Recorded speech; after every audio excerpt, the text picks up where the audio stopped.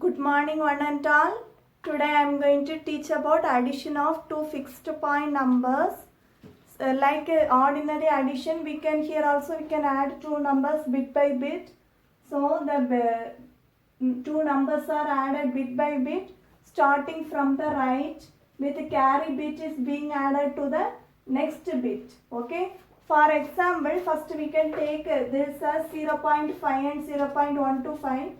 0.5 can be binarily represented as 0.1, that is you have to multiply 0.5 into 2, you will get 1, so you will get 0.1, and 0.125 can be binarily represented by multiplying this 0.125 into 2 is equal to 0.25, that is 0, again 0.25 into 2 is 0.5, that is 0, again 0.5 into 2 is 1, that is 1, so you can write it as 0.001.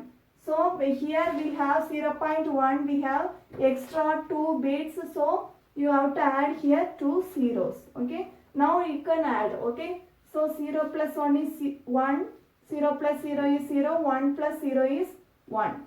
Now this can be decimally represented by multiplying from the right. You have to multiply to the power 2 power minus 1, 2 power minus 2, 2 power minus 3. That is, first bit should be multiplied by 2 power minus 1, second bit should be multiplied by 2 power minus 2, third bit should be multiplied by 2 power minus 3. So you will get the decimal representation as 0.625.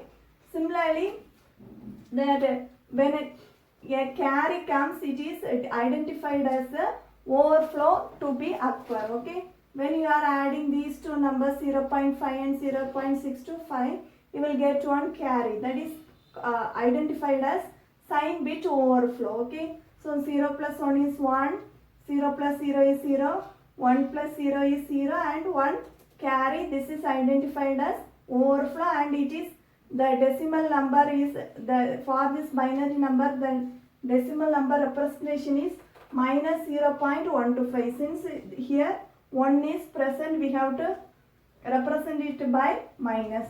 Next we can see multiplication of fixed point numbers. Similar to the ordinary multiplication, here also we can multiply the numbers bit by bit. That is, if two b bits, that is one b bit number and another b bit number is multiplied, means you will get 2 b bit number. Okay, so for example 0.1001 is multiplied by 0.0011, means you will get 0.0001111. So like this you will get the answer, that is 2 b bits. Next we can see about floating point number representation. Next we can see about floating point numbers. Here a positive number is represented by the formula f is equal to 2 power c into m. Okay, here m is the mantissa. Okay, and c is the exponents. Okay, m is the mantissa, that is a fraction such that 1 by 2 less than or, the range of m is 1 by 2 less than or equal to m less than or equal to 1. It should be between 1 by 2 and 1. Okay, between 1 by 2 and 1, that is between 0.5 and 1. It should be between 0.5 and 1. It should be equal.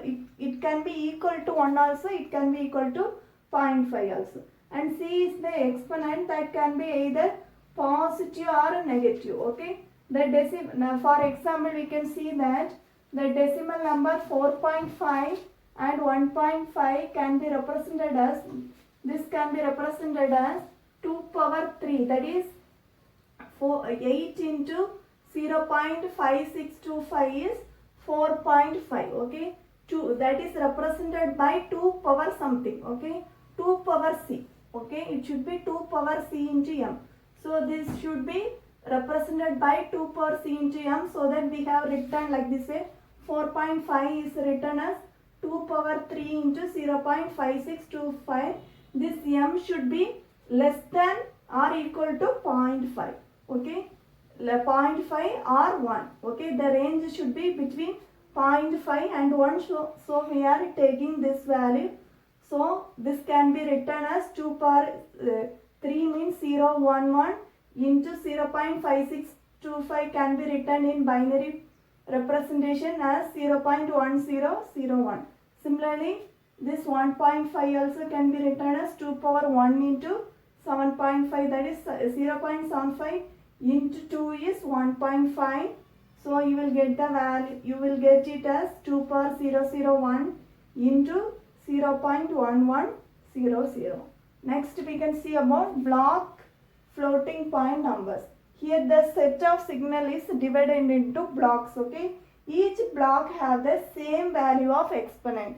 Each block should have the same value of exponent, and the arithmetic operation within the block uses fixed point arithmetic. The arithmetic operation we are using is fixed point arithmetic, and only one exponent per block is stored, and in each block only one exponent value is stored.